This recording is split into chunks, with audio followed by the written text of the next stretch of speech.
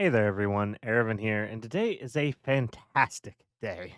Helldivers 2 has just received patch 1.0.4, which is shaping up to be the biggest W the game has received in quite some time. We received tons of buffs, changes, and fixes to the game all at once, so I thought I would go through the patch notes with you today while giving you my thoughts on what the changes actually impact in the game. Let's get started. Balance has definitely been a hot topic in Helldivers 2. We've become accustomed rather quickly to our favorite weapons being overnerfed with mediocre buffs to the underperforming gear. But not this time, I'm happy to say. This patch attempts to swing our expectations 180 degrees by only having one to two or three true nerfs amongst many significant buffs to the underperforming gear, such as the assault rifles. First off, we take a look at the turrets as they have had their durability percentage increased from 0% to 80%, which is a hidden mechanic I go into great detail explaining in a previous video all about how damage works in Helldivers 2. If you don't know what durability damage is, I suggest you take a look at this because Arrowhead seems to think they've properly explained it, referencing buffs to this statistic many times despite having no in-game visibility whatsoever. But basically, turrets will be significantly tankier against small arms fire and light attacks as a result of this change. Working our way down this long list, we first take a look at the turrets that were changed. It's no surprise the Rocket Sentry and Machine Gun Sentry received some love, with the Rocket Sentry receiving a target priority buff, making it focus larger targets over wasting its ammo on chaff. More reliability in the form of a buff to its spread, and an increase to its targeting distance from 75 to 100 meters, an improved explosive radius from 1 meter to 4, and an increase to the projectile damage itself from 200 to 300. This ends up being a little bit more of a rework, though, than a straight up buff, however, with its salvo being reduced from 2 rockets down to just 1 per firing rotation, making it more ammo efficient but with a slower fire rate. The armor penetration of the explosive part of the damage, which was 150, has also had its armor penetration reduced by 1 level from 5 down to 4. Overall, the Rocket Sentry will be much better at handling larger targets such as Bile Titans, Chargers, Hulks, and Factory Striders, similar to the autocannon turret after this rework. It is also an absolutely devastating option for enemy gunships, able to provide anti air support as you push their fabricator now that its targeting, projectile damage, range, and prioritization have all been improved. Overall, this one is now infinitely more useful to deploy than before, so we are off to a great start. The MG43 Machine Gun Sentry has had its base cooldown reduced from 180 seconds to 120, which will be 108 seconds with the ship upgrade. This change was made with the intention of giving the machine gun the niche of being a regularly deployable supplement to your chaff clearing firepower, while not overshadowing the higher penetration level of the Gatling Sentry. Personally, I still feel I have no interest in this stratagem, as I'd rather drop 5 Liberty loving cluster bombs on my chaff every couple of minutes than mess around with a turret. The HMG emplacement rotation speed was buffed by 100%, which will make it significantly more user friendly when you throw it facing the wrong direction, especially. This isn't a super significant buff, but I suppose it is nice for those that enjoy this turret, as it will at least make it a more responsive combat tool. The mines received an improvement to their damage that will likely only serve to make our Helldivers more dead when stepping on them by accident, if I'm being honest. The Incendiary mines had their explosive damage increased from 150 to 210, which will be relatively insignificant for the enemy, but pretty significant for Helldivers accidentally stepping on them, as this increases the base damage received after our explosive resistance on medium armor to 105, leaving only 20 HP remaining in the tank that will shortly then after burn out. Even when they buff the mines, it kind of only makes me like them even less. Funny how that works. The MD6 anti-personnel mines follow suit by having their damage increased from 250 to 350. As these mines still only have class 3 armor penetration, or medium armor penetration, this buff is likely not significant enough to make anyone who already dislikes mines change their mind. The Orbital Gatling Barrage received a pretty significant change, as they want this to be an option for softening up tankier enemies. The fire rate was improved by 25%. The amount of rounds dropped was increased from 30 all the way up to 60 for a massive 100% increase in total payload. The armor penetration was cranked from 4 to 5, allowing it to now damage the bodies of Hulk's chargers for half damage, and the cooldown was reduced from 80 to 70 seconds baseline. Overall, the Orbital Gatling Barrage, with its 300 ballistic damage and 250 explosive damage, now looks like a solid option for softening up the big boys on a very short cooldown. Going to have to give this one an extra try and see how I feel about it now, especially with all the barrage related upgrades we have access to. Surprisingly, the Orbital Precision Strike received a decent little buff. I personally felt that this stratagem was okay as it was, but it now has a 10-second lower cooldown going from 100 to 90 seconds baseline, and it now only has a 2-second call in time down from 4. This will make it more regularly available as well as more reliable, making it an even more competitive option with the 500 kg bomb that does a very similar overall job of destroying one big thing in particular, such as Titans, or any building smaller than a gunship fabricator. Orbital Airburst Strike has had its cooldown reduced from 120 to 100 seconds base, making it a more regularly available chaff clearing stratagem.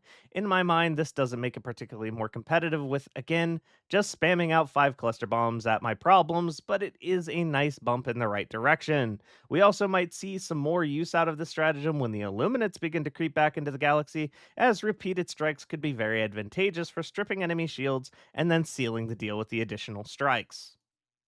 The 110mm rocket pod stratagem received a rework with the intention of making them more reliable at softening up tank class enemies. While the intention is not to kill them outright, they should now always soften them up in a meaningful way. Well, that's what the blog post accompanying the patch says anyway. As far as actual changes go, they now have Class 6 penetration on just the projectile portion of the damage, which will allow them to deal full damage to most tank class armor in the game. However, they also reduced the projectile damage from 600 all the way down to 250, which makes absolutely no sense. The rockets now deal less than half their original damage but penetrate for that full value overall, reducing their damage. The explosive armor penetration has also had its armor class reduced from 5 to 4, so that 200 explosive damage will also no longer deal any damage to those 10 class enemies. They say the targeting has been improved, which should mean the missiles actually hit their target more consistently, but if my missiles are hitting for less damage than before, it'll be tough for me to care, I must say. Gonna have to say this one is probably an undeserved L until I can investigate further past this surface level. The strafing runs, something my chat regularly makes me take using my loadout choice redemption on Twitch due to it being worthless, has been buffed from 3 to 4 uses and had its armor penetration increased from class 4 to class 5. It can now damage tank class armored enemies, although only for about half damage on average. Considering each hit of this stratagem does deal 300 damage, though, it'll do an okay job at softening up hard armor.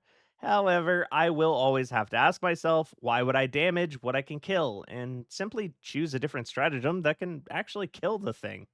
Moving on to the support weapon changes, I want to first mention we have received a much needed rework to all of the scopes in Helldivers 2, making them feel more like someone who knew what they were doing put them together.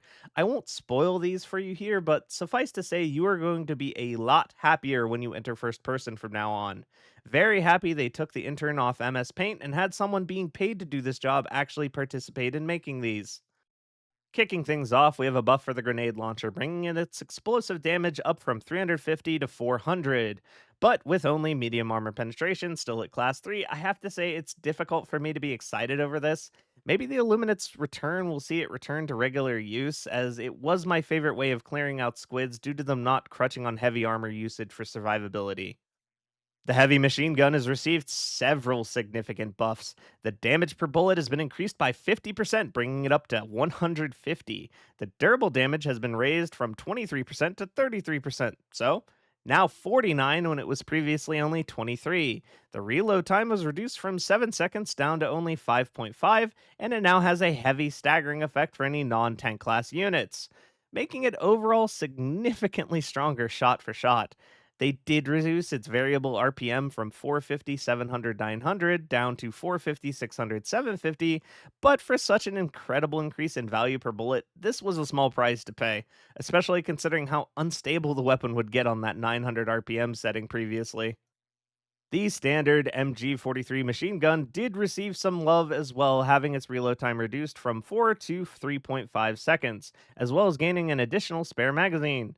Not a huge improvement, but I'm still hopeful weapons like these will start to shine when we start combating squids again. The MG43 did also receive a buff alongside the Sentry variant, the Gatling Sentry, and the Patriot Exosuit Gatling gun. All of these weapon platforms have had their projectile damage bumped from 80 to 90 and their durable damage increased from 7.5% to 25%, bringing them to 22 durable damage instead of the previous absurdly worthless 6. I really don't want to talk about how many bullets this thing took to destroy a tank or cannon turret heat sink before this change, but it was bad. The AR-23 Liberator, M105 Stalwart, and Liberator Guard Dog have all received a bump in their durability damage, raised from 10 to 23%. The Liberator Concussive also received an increase from 23% to 35%. This is honestly not a super significant change, if I'm being honest, as most durable parts in Helldivers 2 outside the Terminated faction are medium armor, meaning light penetrating weapons getting a durable damage bump will likely not mean much for now. The Adjudicator, a running meme of a bastard rifle, has had its magazine capacity increased by 5 up to 30, bringing its total shots before empty up to 271. It's also had its durable damage bumped from 10% to 20%, making it now deal a whole 16. This gun is still bad overhead, but I respect the attempt. The recoil is just too much for too little payoff and firepower, and, well, when we look at our next buff going to the AR-61 Tenderizer, which received a massive increase in damage from 60 up to 95, as well as a durable damage increase from 6 to 16 as well as a increase in its stagger power, allowing it to now flinch enemies. The tenderizer may not be medium penetration, but this increase in damage of over 50% is going to make some serious improvements in its breakpoints against just about every enemy it can damage with just that class 2 penetration, including now being a very consistent 2-hit kill for Devastator heads with fantastic stability and handling compared to whatever the hell is going on with the Adjudicator. If you for some reason liked the Adjudicator before and went for Devastator headshots, you now have no reason to not just use this instead, as it's simply better at that task. The only nerf here is a decrease in spare magazines from 10 to 8, but that's completely a-okay for me. Looking forward to using this gun now. The Purifier has been unsuckified finally. The explosive AoE now has much less fall off, similar to the buff the Plasma Punisher received before the Purifier even released, and the projectile armored penetration is now medium as well. This still, to me, reads like an overall worse Plasma Punisher, but hey, I guess we'll have to see how it feels now. Moving on to a really big W with the explosive crossbow, it now has medium penetration on the explosive portion of its damage, allowing it to deal with cannon and tank heat sinks much more reliably, as well as it now has the ability to destroy fabricators thanks to a buff to its demolition force. The exploding crossbow was already on the rise as the premier stealth weapon with its mute firing sound profile and ability to lure enemies with the blast radius, but it will now see itself in as a staple weapon in my arsenal, pairing very nicely alongside the anti-material rifle for when combat gets a bit more involved than the crossbow can keep up with during stealth operations. The Diligence Standard got a bump in durable damage from 12 to 31, but this honestly changes nothing at all for this weapon. Think they need to try again with this one. The Eruptor did not receive its shrapnel back as this was deemed too strong, but they are still trying to bring it back to glory by increasing its explosive damage by an additional 150, allowing for more reliable AoE clear once more, totaling up at 570 damage. This will likely bring back the AoE kill pressure the weapon had previously and make it a solid option once more for bolt action enthusiasts. Our recoil stance modifiers have been altered to give more incentive towards staying still, crouching, and laying down while firing. This overall will improve the effectiveness of weapons with higher recoil but high fire rates, such as the JAR 5, AMR, autocannon, and HMG, just to name a few. Your third person standing recoil remains the same at 100% while stationary and 150% while moving. Crouching recoil standing is now 60% up from 50%, which is a slight nerf, but crouching and moving has been reduced from 125% down to 100%. Prone stationary recoil has been reduced from 50% down to 40% as well. While scope, though, standing stationary recoil has been reduced from 100% to 90%, and moving actually increased from 100% to 110. Crouching stationary has been decreased from 75% to 60, while moving was decreased by a sizable amount from 125% down to 90%. Prone has received the same buff as third person here, going from 50% down to 40. Overall, this is going to be a great change for recoil control and trigger discipline enthusiasts. That does it for our balance adjustments. So we'll now be moving on to our more general gameplay changes, such as the -1 stratagem modifier on the automaton side being removed from the game, which is a massive win for us, as that modifier, like most of the modifiers in Helldivers 2, was just lazy, uninspired negative content. The Retrieve Essential Personnel mission has been disabled due to people not watching or adhering to the video I made on how to properly clear the mission by using a strategy more complicated than shooting it till they die. Super samples now appear in difficulty 6, allowing an eased progression curve for newer players that want to be better prepared for higher difficulties. SEAF artillery is no longer blocked by jammers, allowing them to be used to destroy stratagem jammers now, which is quite nice. And it can as well no longer be blocked by storms and is no longer disabled when the Super Destroyer leaves orbit, allowing it to be used during overtime. Overall, a great buff here to a lesser utilized objective. Hazards have received yet another pass this patch. Spike plants now deal more damage but no longer cause you to bleed or drain your stamina. Considering how dangerous these things were already, they probably just outright kill you now, so not looking forward to that.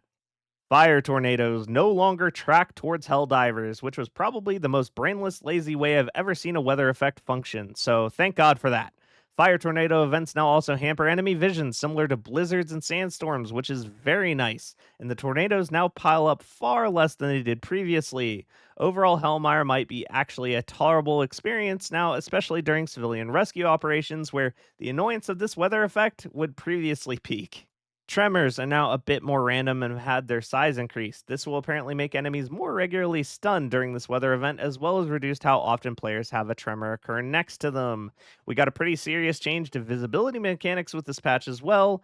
Planets with previously harsh amounts of fog will now have much more clear sight lines, making it less of a chore to play on these planets, where you were regularly bombarded with bullets from enemies that you couldn't see 500 meters away. Specifically, highland planets like Varelia 5 and deserts like Hellmire. Artificial light sources have had their intensity reduced as well, so you'll no longer be blinded by nearby light poles, meaning you'll no longer feel the need to destroy them on sight.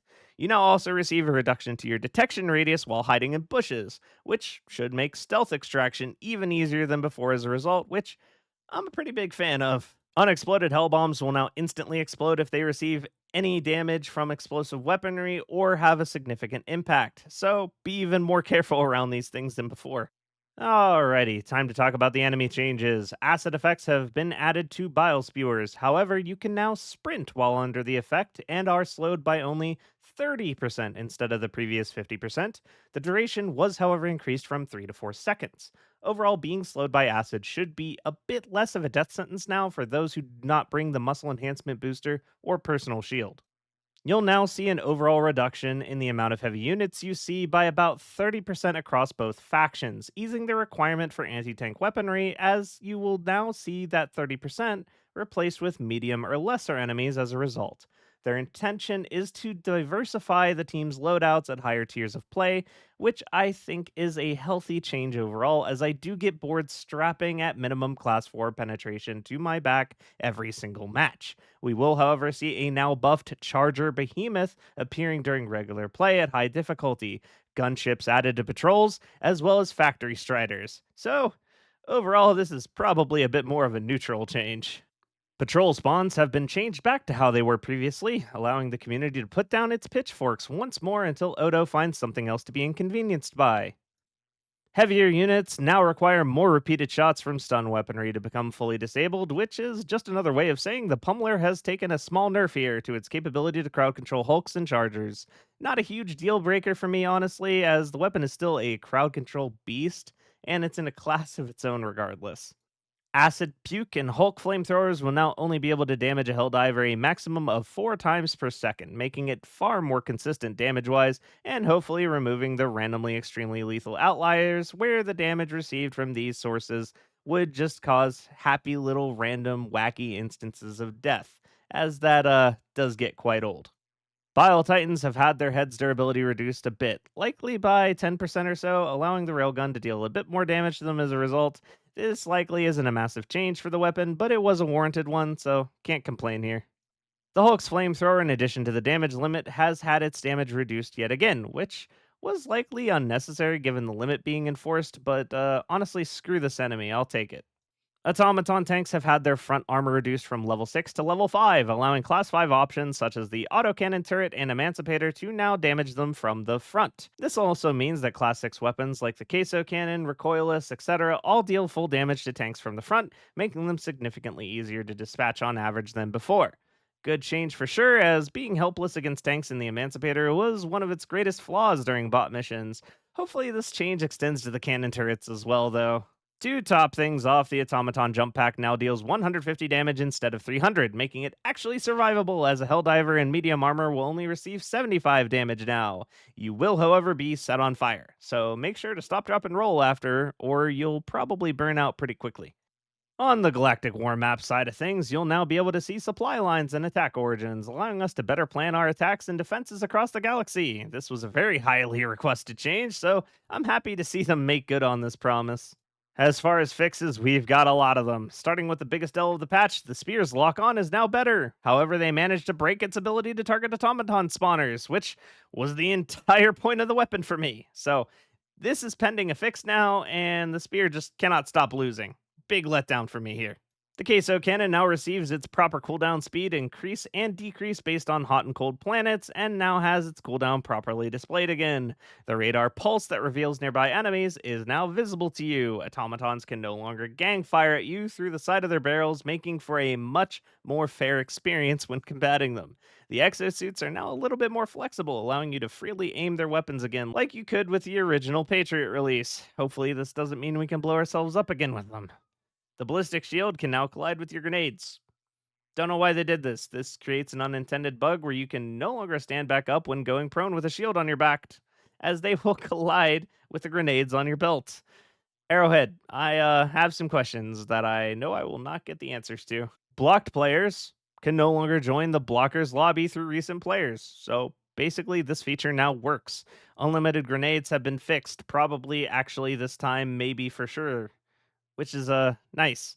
Last but not least, Pelican 1 can no longer be damaged, causing various soft locks and issues that have frustrated me on a daily basis since the launch of the game. So I'm extremely happy about this one. This was just awful, and I really can't wait to play in a world where I don't have to deal with this every single day. All right, that's that. That's the patch. Whew. What a long one this one was. Overall, we got some fantastic changes and evidence of a big shift in what we can expect from our patches going forward, with very few true nerfs, a massive amount of buffs and fixes, as well as many quality of life improvements that I think it's now safe to say we no longer have to live in fear that Arrowhead will nerf our favorite toy of the week on a whim while giving weapons 5 additional damage to compensate. I'm hopeful that they can keep up this momentum as we turn the corner in history of the game towards a brighter future. Thanks for watching till the end, and have a wonderful day. I'll see you next time. And now, another helpful tip from General Brash.